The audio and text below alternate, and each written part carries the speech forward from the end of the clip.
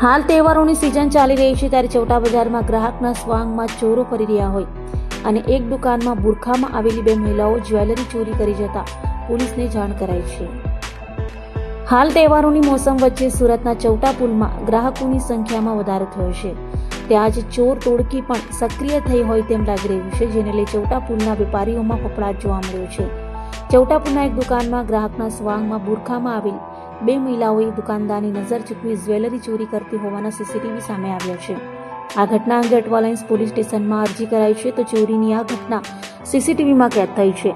જે સીસીટીવીમાં જોઈ શકાય છે કે બે બુરખાધારી મહિલાઓ દુકાનમાં પ્રવેશે છે અને લાંબા સમય સુધી દુકાનમાં રહ્યા બાદ આ બે મહિલામાંથી એક મહિલા દુકાનદારની નજર ચૂકવી જ્વેલરીનું એક આખું બોક્સ પહેલા દૂરથી ખેંચે છે.